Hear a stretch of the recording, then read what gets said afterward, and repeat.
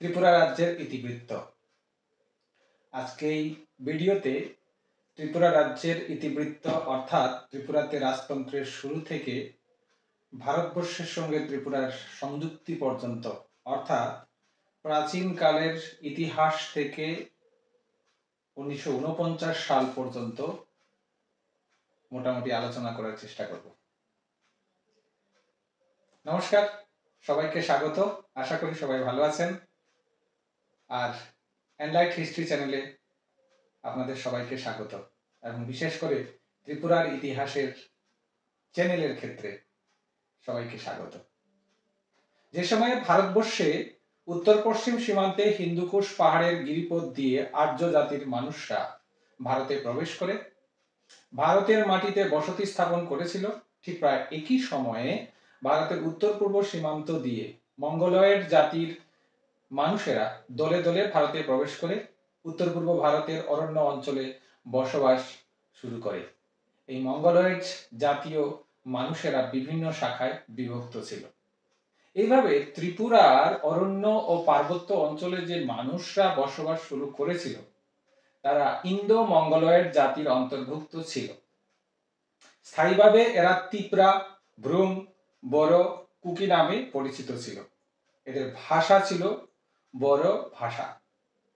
এই মানুষেরা দীর্ঘদিন হিন্দুদের পাশাপাশি থেকে হিন্দু ধর্মের দ্বারা প্রভাবিত হতে শুরু করেছিল। তারা বিভিন্ন জায়গায় এক নেতার অধীনে মোটামুটি একটা ছোট রাজ্যের মতোই সংগঠন গড়ে তুলেছিল।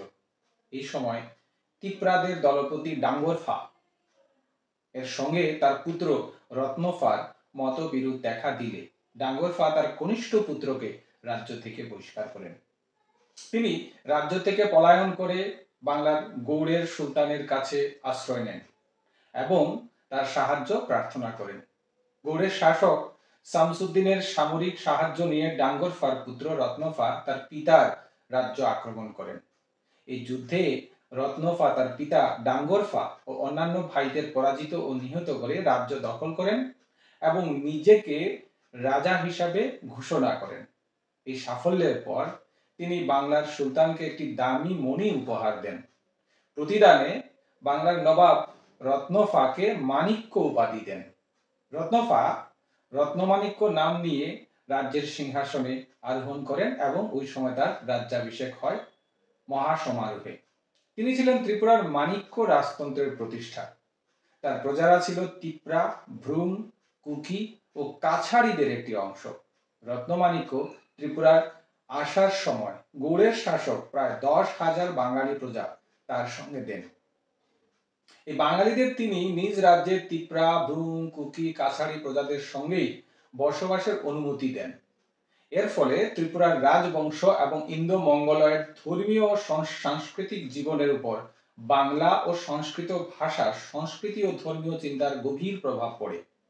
ত্রিপুরাতে যে বাঙালিদের যে আগমন সেই তখন থেকেই শুরু হয়েছিল। ভাবতে অবাক লাগে যে পার্বত্য ত্রিপুরাতে, যেখানে উত্তর পূর্বের বেশিরভাগ রাজ্যে উপজাতীয়দের ভাষা সংস্কৃতি খুব বেশি, কিন্তু ত্রিপুরা রাজ্যে বাংলা ভাষা এবং সংস্কৃতির প্রভাব সবচেয়ে বেশি। অর্থাৎ গৌড়ের শাসক যখন ত্রিপুরার রাজাকে সাহায্য করেছিলেন, এই সময় থেকে ত্রিপুরা রাজ্য গঠন প্রক্রিয়ায় বাঙালিদের একটা বিশেষ ভূমিকা ছিল। রত্নফা একটা সংগঠিত, সুগঠিত এবং সমৃদ্ধ রাজ্য গঠন করতে সক্ষম হয়েছিলেন। নবাগত প্রজাদের মধ্যে ব্রাহ্মণ, ক্ষত্রিয় প্রভৃতি উচ্চবর্ণের মানুষেরা তাদের রাজা ও রাজবংশের ক্ষত্রিয় এবং ঐশ্বরিক উদ্ভবের ব্যাপার প্রচার করতে শুরু করে। আর এই সময় রত্নফা রাজার ঐশ্বরিক তত্ত্ব, অর্থাৎ তিনি যে ঈশ্বরের প্রতিনিধি হিসাবে প্রজাদের প্রভু, এই তত্ত্বটি প্রচার করতে শুরু করেন। অর্থাৎ ডিভাইন অরিজিন অফ কিংডম, রাজাই ঈশ্বরের প্রতিনিধি, রাজার ঈশ্বর তত্ত্ব ত্রিপুরাতে প্রথম রত্নমাণিক্য প্রচার করেন। রত্নমাণিক্যের পর এই বংশের উল্লেখযোগ্য রাজা ছিলেন ধর্মমাণিক্য। তার রাজত্বকাল ছিল 1431 খ্রিস্টাব্দ থেকে 1462 খ্রিস্টাব্দ পর্যন্ত তিনি শাসন করেন। তিনি জাতিগতভাবে ছিলেন তিপ্রা ভাষী। তিনি তার রাজ্যে বাংলা ও সংস্কৃত ভাষার পৃষ্ঠপোষকতা করেছিলেন। তারই আগ্রহে তার রাজত্বকালে ত্রিপুরার রাজবংশের ইতিহাস কাহিনী রাজমালা গ্রন্থটি লেখার সূচনা হয়। আর রাজমালা হচ্ছে ত্রিপুরা রাজ্যের রাজাদের ইতিহাস, ত্রিপুরা রাজ্যের ইতিহাস। ত্রিপুরা রাজবংশের রাজকুল পুরোহিত যাকে চন্তাই বলা হয় তখন ছিলেন দুর্লভেন্দ্র। তার তত্ত্বাবধানে দুইজন বাঙালি পণ্ডিত পুরোহিত শুক্রেশ্বর ও বাণেশ্বর রাজমালা গ্রন্থটি লেখা শুরু করেন। রাজমালা পয়ার ছন্দে লিখিত। এই রাজমালা গ্রন্থটি লেখার প্রধান উদ্দেশ্য ছিল ত্রিপুরার রাজবংশের ক্ষত্রিয়ত্ব প্রতিষ্ঠা করা এবং রাজবংশের ঐশ্বরিক তত্ত্ব এবং প্রাচীনত্ব প্রমাণ করা।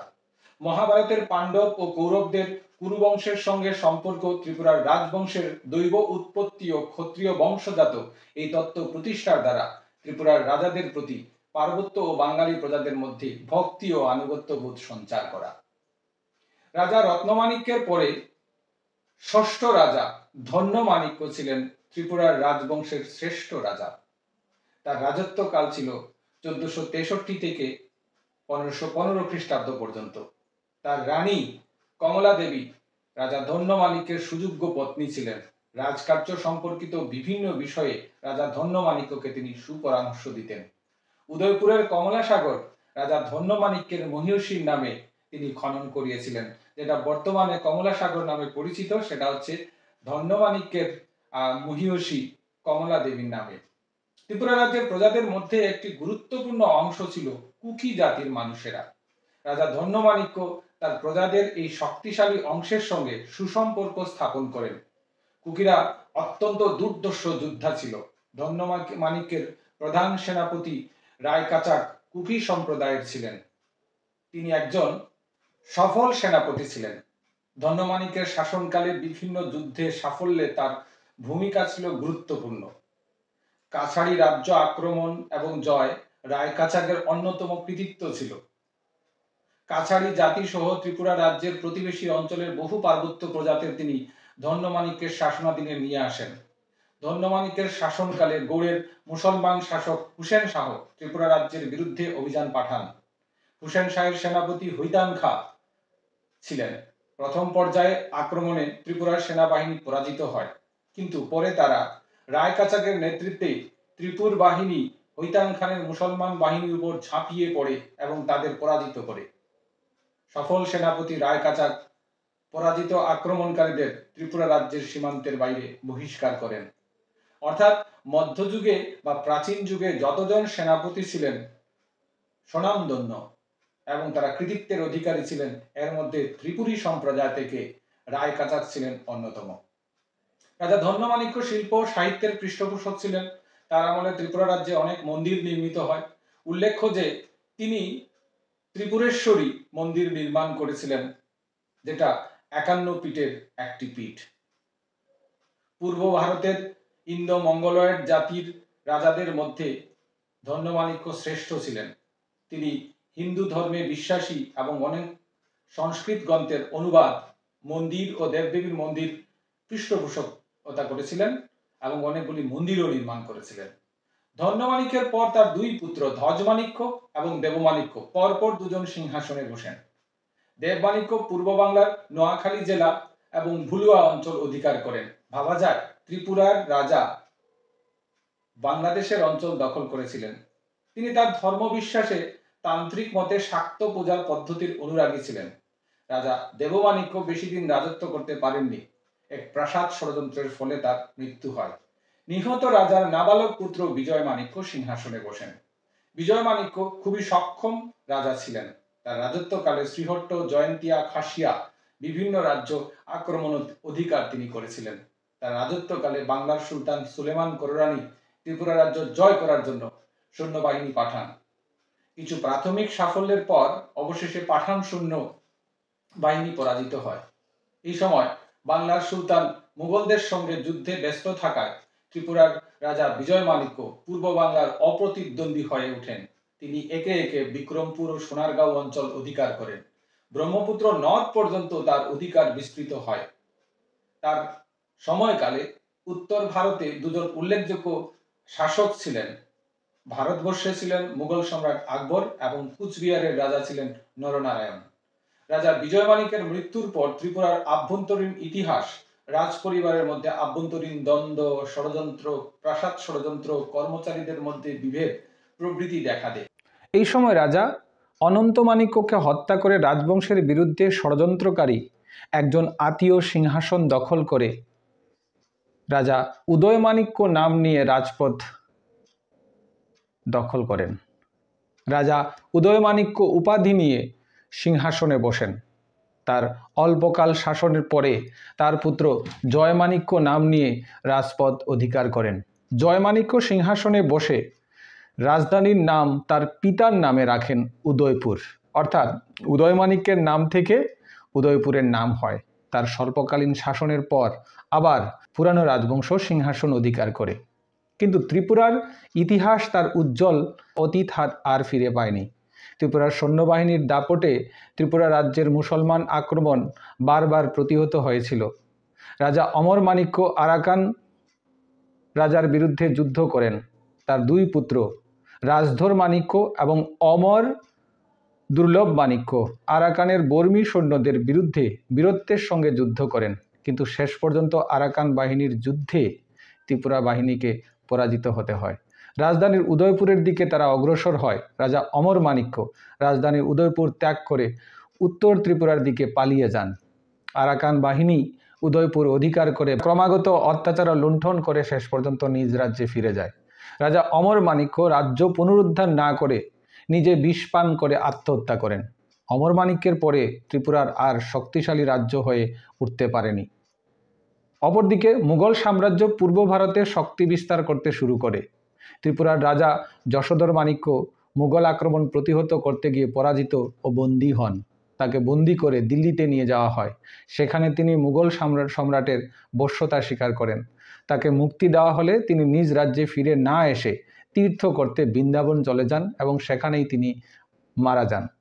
ত্রিপুরার সামরিক শক্তি দুর্বল হয়ে গেলেও এই রাজ্য মুঘল সাম্রাজ্য কিংবা বাংলার সুবার অন্তর্ভুক্ত হয়নি। ত্রিপুরার রাজা নিজেদের মধ্যে অন্তর্দ্বন্দ্ব ও সিংহাসন লাভ করার পর রাজ্যের সম্প্রসারণ থেকে ধর্মীয় সংস্কৃতির বিষয়ে বেশি আগ্রহী হয়ে ওঠে। ত্রিপুরার রাজা কৃষ্ণমাণিক্যের শাসনকালে এক দুর্যোগ দেখা দেয়। গাজীনামা গ্রন্থ থেকে জানা যায় যে শমশের গাজী নামে এক চাষির পুত্র চট্টগ্রাম অঞ্চলে মেহেরকুল পরগনায় এক জমিদারের অধীনে কাজ করতেন। তিনি ওই জমিদারের মেয়ের প্রেমে পড়ে তাকে বিবাহ করার প্রস্তাব দেন। তার মালিক জমিদার এই ঘটনায় ক্রুদ্ধ হয়ে তাকে বন্দী করেন। কারাগার থেকে নিজেকে মুক্ত করে শমশের গাজী শক্তি সংগ্রহ করে সৈন্যবাহিনী গঠন করে। তবে গাজীনামা গ্রন্থে একটা কথা উল্লেখ আছে, শমশের গাজী নামে আছিল তস্কর, পরগণে 24 ছিল তার ঘর, দস্যুবৃত্তি করি ধন করিয়া সঞ্চয়, হইবারে জমিদার তার মনে লয়। এখান থেকে বোঝা যায় যে শমশের গাজী একজন দস্যু ছিল। তিনি তার মনিব জমিদারকে ওই সময় পরাজিত করে তার সম্পত্তি গ্রাস করেন। এই শমশের গাজী তার শক্তি সঞ্চয় করে ত্রিপুরা রাজ্য আক্রমণ ও রাজা কৃষ্ণমাণিক্যকে পরাজিত করে উদয়পুর অধিকার করেন। বস্তুত এরপর থেকে উদয়পুর থেকে ত্রিপুরার রাজধানী স্থানান্তরিত হয়। রাজা কৃষ্ণমাণিক্য রাজধানী ত্যাগ করে অরণ্যে আশ্রয় নেন। এদিকে ত্রিপুরার পার্বত্য প্রজারা তাকে রাজা হিসাবে অস্বীকার করে, শমশের গাজীকে রাজস্ব দিতে অস্বীকার করে। চাপে পড়ে শমশের গাজী ত্রিপুরার রাজবংশের কোনো এক রাজকুমারকে অর্থাৎ লক্ষণ মাণিক্যকে সিংহাসনে বসান, কিন্তু ত্রিপুরী প্রজারা এই লক্ষণ মাণিক্যকে রাজা হিসাবে অস্বীকার করে এবং রাজস্ব দিতে অস্বীকার করে। অন্যদিকে সিংহাসনচ্যুত রাজা কৃষ্ণমাণিক্য অরণ্যে ঘুরতে ঘুরতে এসে আগরতলায় অবস্থান করেন। কৃষ্ণমাণিক্য এই সময় কোনো উপায় না দেখে, যেহেতু শমশের গাজী বাংলার থেকে এসেছিল, ওই সময় বাংলার নবাব ছিলেন মীর কাসিম। নবাব মীর কাসিমের কাছে গিয়ে নিজের আবেদন জানান এবং সমস্যার কথা জানান। নবাব মীর কাসিম কৃষ্ণমাণিক্যকে ত্রিপুরার রাজা হিসাবে স্বীকার করেন। নবাবের আদেশে শমশের গাজীকে বন্দী ও হত্যা করা হয়। কুমিল্লা শহরে কৃষ্ণমাণিক্যের পুনরায় অভিষেক হয়। কৃষ্ণমাণিক্য ত্রিপুরার প্রথম শাসক, যার বাংলাদেশে রাজ্যাভিষেক হয়েছিল। রাজা কৃষ্ণমাণিক্য উদয়পুরে না গিয়ে তার নতুন আশ্রয়স্থল আগরতলা রাজধানীতে প্রতিষ্ঠা করে শাসন শুরু করেন। ওই সময় থেকে রাঙ্গামাটির পরিবর্তে ত্রিপুরার রাজধানী হয় আগরতলা, তবে সেটা ছিল পুরাতন আগরতলা। রাজা কৃষ্ণমাণিক্য অপুত্রক অবস্থায় মারা গেলে সিংহাসনে একাধিক দাবিদার উপস্থিত হয়। প্রথম দুজন রাজা কৃষ্ণমণির ছোট ভাই হরিমণির দুই পুত্র কণ্ঠমণি এবং রাজধর। তৃতীয় দাবিদার ছিলেন লক্ষ্মীমণি। মাণিক্য বংশের যে রাজপুত্রদের লক্ষণমণি নাম নিয়ে সিংহাসনে বসিয়ে শমশের গাজী ত্রিপুরার প্রজাদের কাছ থেকে রাজস্ব আদায় করতে চেষ্টা করেছিলেন, তার পুত্র এই লক্ষণমণি। রানী জাহ্নবী এই সংকটকালে দৃঢ়ভাবে ত্রিপুরার শাসনভার নিজের হাতে নেন। তাহলে ত্রিপুরার শাসন ক্ষেত্রে নারীদের ভূমিকা যথেষ্ট গুরুত্বপূর্ণ ছিল। ধন্যমাণিক্যের শাসনকালে আমরা কমলা দেবীকে দেখি, আর কৃষ্ণমাণিক্যের মৃত্যুর পর জাহ্নবী দেবীকে দেখি। এই সময় ইস্ট ইন্ডিয়া কোম্পানি এই বিষয়ে হস্তক্ষেপ করে। গভর্নর জেনারেল ওয়ারেন হেস্টিংস ত্রিপুরার রাজা কৃষ্ণমণির উত্তরাধিকারী হিসাবে রাজধর মাণিক্যের নাম মনোনীত করেন। রানী জাহ্নবী রাজধর মাণিক্যের হাতে শাসনভার অর্পণ করেন। রাজধর মাণিক্য থেকে ঈশানচন্দ্র মাণিক্য পর্যন্ত 5 জন রাজা পরপর সিংহাসনে বসেন। এর মাঝে রাজা কৃষ্ণকিশোর মাণিক্যের রাজত্বকালে ত্রিপুরার রাজধানী আগরতলা থেকে সাইদ্রা মানে হাওড়া নদীর তীরে নতুন স্থানে স্থানান্তরিত হয়। এই জায়গার নাম হয় আগরতলা। রাজা ঈশানচন্দ্রের মৃত্যুর পর তার পুত্রেরা নাবালক হয়। রাজা ঈশানচন্দ্রের ভাই বীরচন্দ্র মাণিক্য কৌশলে রাজসিংহাসন অধিকার করেন। রাজা বীরচন্দ্রের পর ত্রিপুরার রাজা রাধাকিশোরের শাসনকালে নতুন রাজপ্রাসাদ নির্মিত হয়। এই রাজপ্রাসাদের নাম দেওয়া হয় উজ্জয়ন্ত প্রাসাদ। রাজা বীরেন্দ্র কিশোর মাণিক্যের পর শেষ রাজা কিরিট বিক্রম পর্যন্ত ত্রিপুরার 4 জন রাজা শাসন করেন। এর মধ্যে নাবালক কিরিট বিক্রম মাণিক্য এই বংশের শেষ রাজা। মাঝখানে বীর বিক্রম কিশোর মাণিক্য শাসন করেন। তিনি ত্রিপুরার আধুনিক রূপকার ছিলেন। বীরচন্দ্র মাণিক্য, বীর বিক্রম কিশোর মাণিক্য, রাধাকিশোর মাণিক্য সবাই ছিলেন ত্রিপুরার আধুনিকীকরণের রূপকার। এই ছিল ত্রিপুরার সংক্ষিপ্ত ইতিহাস। এই সম্পূর্ণ বিষয়টি ইতিহাস নির্ভর। আমি ডেসক্রিপশনে গিয়ে প্রত্যেকটা তথ্যসূত্র দিয়ে দেব। এখানে পরীক্ষার্থীদের জন্য ভীষণভাবে কাজ করবে। পাশাপাশি ত্রিপুরার রাজাদের ধারাবাহিক ইতিহাস আমি অন্যান্য ভিডিওতে আলোচনা করব। ভিডিওটা যদি ভালো লাগে, ত্রিপুরার রাজ্য সম্পর্কে এখান থেকে অল্প কিছু জানা যায়, অবশ্যই লাইক করবেন, শেয়ার করবেন এবং সাবস্ক্রাইব করে পাশে থাকবেন।